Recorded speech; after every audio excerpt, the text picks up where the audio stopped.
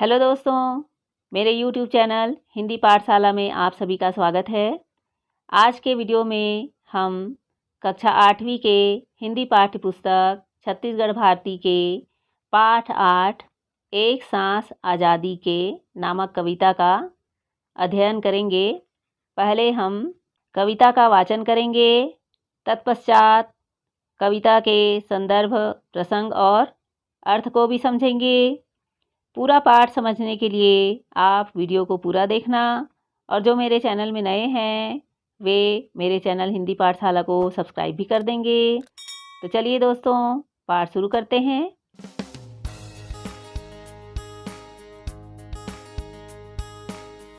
पाठ 8 एक सांस आज़ादी के। इस कविता के रचयिता या कवि है डॉक्टर जीवन यदु। जीवन यदु कह रहे हैं कि जिंदगी माँ आज़ादी के बड़ महत्तम है। मनखे भर नहीं भलु सबो प्राणी आज़ादी के हवा में सांस लेवई ला पसंद करथे। गुलामी के बड़ा सोहारी ले आज़ादी के सुक्खा रोटी है ज़्यादा गुड़तुर लगथे। और कहे के मतलब ये है कि मनुष्य के जीवन में आज़ादी का बड़ा महत्व है। आज़ादी की एक सांस 100 जन्मों के बराबर होती है। परतंत्र मनुष्य को जीवन में अपयश ही मिलता है। स्वभावतः संसार के सभी प्राणी स्वतंत्रता पूर्वक जीना पसंद करते हैं। स्वतंत्र मनुष्य ही अपना लक्ष्य प्राप्त कर सकता है, क्योंकि आज़ादी सभी तरह के विकास के मार्ग प्रशस्त करती है। और इस कविता में इसी तरह के भाव कवि ने व्यक्त किया है। तो अब हम कविता का गायन करेंगे। जियत जागत मन खे बरजे धर्म बरोबर होथे। एक सांस आज़ादी के 100 जन्म बरोबर होथे। जेकर चेथी माँ जूड़ा कस माड़े रथे गुलामी। जेन जोहारे बैरी मल्ला घोलंड के लामा लामी। नाव ले जादा जगमाओ कर होथे गा बदनामी। ऐसन मनखे के जिंदगी बेसरम बरोबर होथे। एक सांस आज़ादी के 100 जन्म बरोबर होथे। लहू के नदिया तौर निकलथे बीरह जत के बेरा।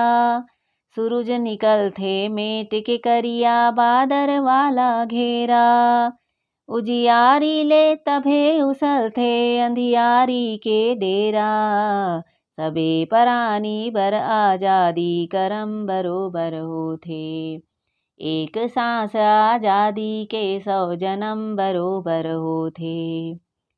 जेला नहीं है आज़ादी के एको कनी चिन्हारी। पर के कोठा के बैला मंचर थे ओकर बारी। आज़ादी के बासी आगू बिरथा सोनहा थारी। सोन के पिंजरा माँ आज़ादी भरम बरोबर होथे।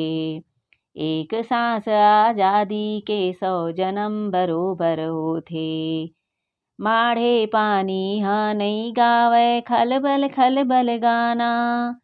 बिना नहर उपजाए न बांधा खेत में एको दाना। अपन गोड़ के बंधना छोड़े ओला मिले ठिकाना। आज़ादी हा सब विकास के मरम बरोबर होथे।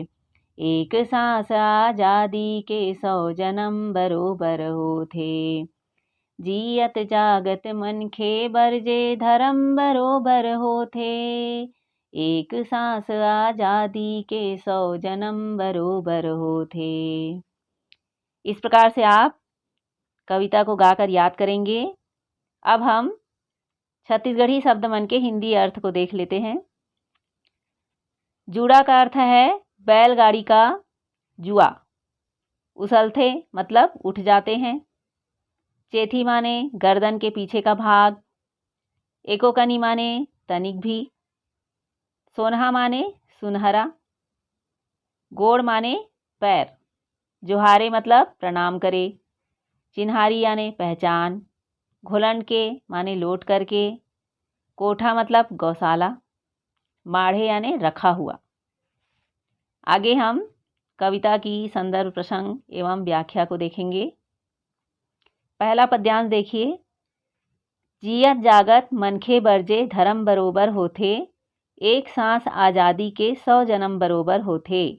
जेकर चेथी में जूड़ा कस माड़े रथे गुलामी, जेन जोहारे बैरी मल्ला घुलंड के लामा लामी। नाव ले जादा जग में ओकर होथेगा बदनामी, ऐसन मनखे के जिंदगी बेशरम बरोबर होथे। यहाँ पर आप कठिन शब्दों के अर्थ देख सकते हैं।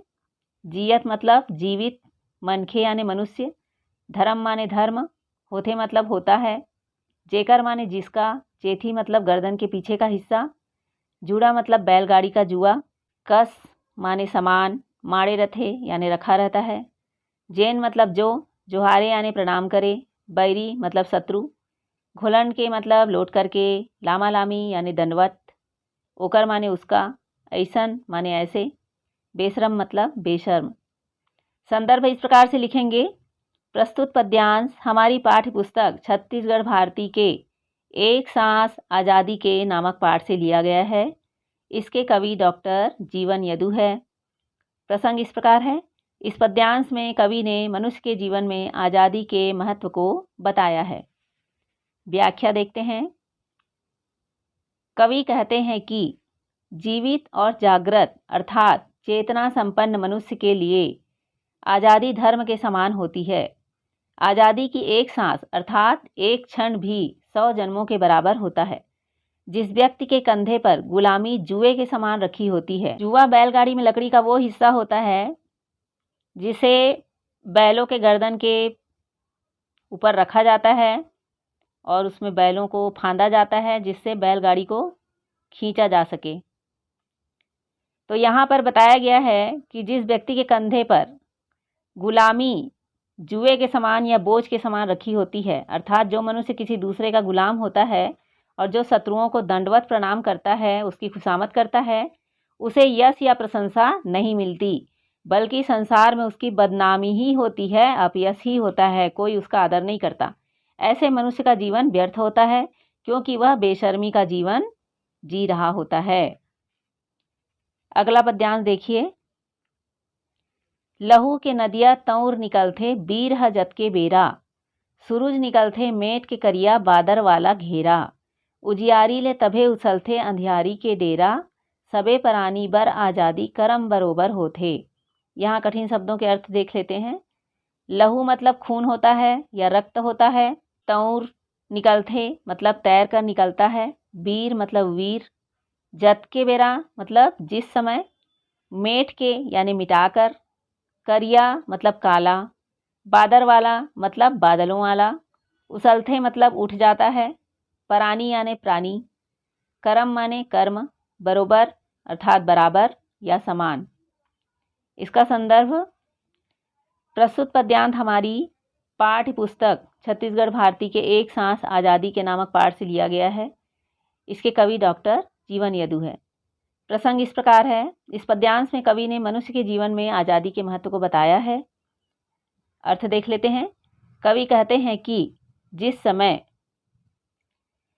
वीर पुरुष रक्त की नदी तैरकर पार करता है, अर्थात अपनी स्वतंत्रता प्राप्ति के लिए कठिन संघर्ष करता है, अपने प्राणों की भी बाजी लगा देता है, उसी समय सूर्य काले बादलों के घेरे को मिटाकर चमकने लगता है।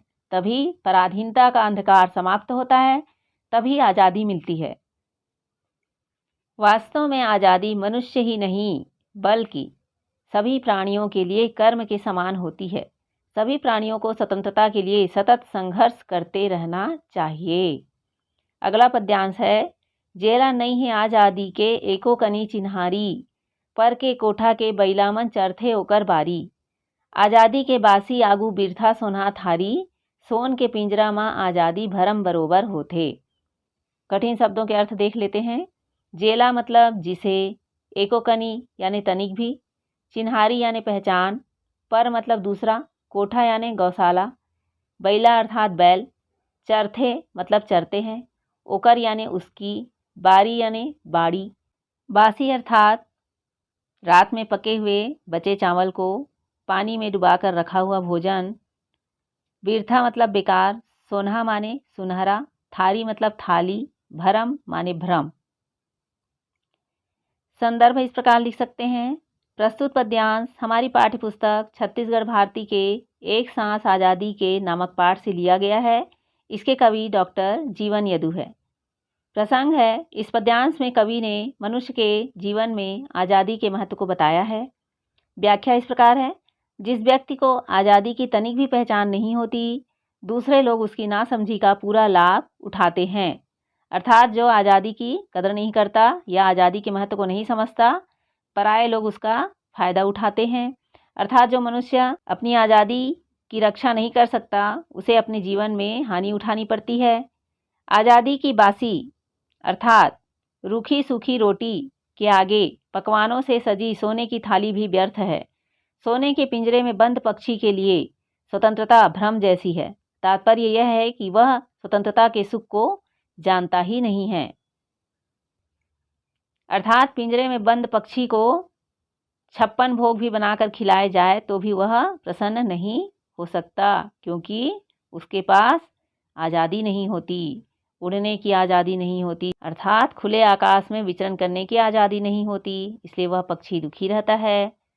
अगला पद्यांश है। माढ़े पानी ह नहीं गावै, खलबल खलबल गाना, बिना नहर उपजाए न बांधा, खेत में एको दाना, अपन गोड़ के बंधना छोड़ै, ओला मिलै ठिकाना, आज़ादी है सब विकास के मरम बरोबर होथे। कठिन शब्दों के अर्थ। माढ़े अर्थात रखा हुआ, गावै यानी गाता है, उपजाए न मतलब नहीं उपजाता, गोड़ मतलब पैर, छोड़ै मतलब छुड़ाता है, ओला मतलब उसे, मिलै यानी मिलता है, मरम यानी मर्म। संदर्भ इस प्रकार है। प्रस्तुत पद्यांश हमारी पाठ्यपुस्तक छत्तीसगढ़ भारती के एक सांस आज़ादी के नामक पाठ से लिया गया है। इसके कवि डॉक्टर जीवन यदु है। प्रसंग है, इस पद्यांश में कवि ने मनुष्य के जीवन में आज़ादी के महत्व को बताया है। अर्थ इस प्रकार है। कवि कहते हैं कि एक स्थान पर ठहरा हुआ जल कलकल का गीत नहीं गाता, बिना नहर के बांध, तालाब, खेतों में एक भी दाना अन्न उपजा नहीं सकता। अर्थात तालाब के ठहरे हुए जल से नदी जैसे बहते हुए जल की कलकल ध्वनि सुनाई नहीं पड़ती। बिना नहर के बांध या तालाब अर्थात बांध से नहर निकालकर यदि खेतों तक पानी ना पहुंचाया जाए तो अन्न उगाना असंभव है। अन्न या अनाज का उत्पादन नहीं किया जा सकता बिना पानी के। जो व्यक्ति अपने पैरों का बंधन खोलता है उसे ही उसकी मंजिल प्राप्त होती है। तात्पर्य यह है कि बंधन में बंधे रहकर मनुष्य उन्नति नहीं कर सकता। आज़ादी ही सभी तरह के विकास का मर्म है, अर्थात स्वतंत्रता ही उन्नति के द्वार खोलती है। इस कविता से ये बात पता चलती है कि स्वतंत्रता हमारे विकास के लिए अत्यंत आवश्यक है। तो दोस्तों, मैं उम्मीद करती हूँ कि आप सभी इस पाठ के कविता, संदर्भ, प्रसंग, व्याख्या को समझ गए होंगे और इस पाठ के सभी प्रश्नों के उत्तर के वीडियो के लिंक डिस्क्रिप्शन बॉक्स पर दिए गए हैं। उसे क्लिक करके आप प्रश्नोत्तर जान सकते हैं। दोस्तों, अगर ये वीडियो अच्छी लगी हो तो अपने दोस्तों के साथ ज़रूर शेयर कीजिए, लाइक कीजिए और मेरे चैनल को भी सब्सक्राइब कर दीजिए तथा बेल आइकन को भी दबा दीजिए, जिससे आगे आने वाले वीडियो के नोटिफिकेशन आपको मिल सके। हम अगले पाठ में फिर मिलेंगे दोस्तों। Thank you.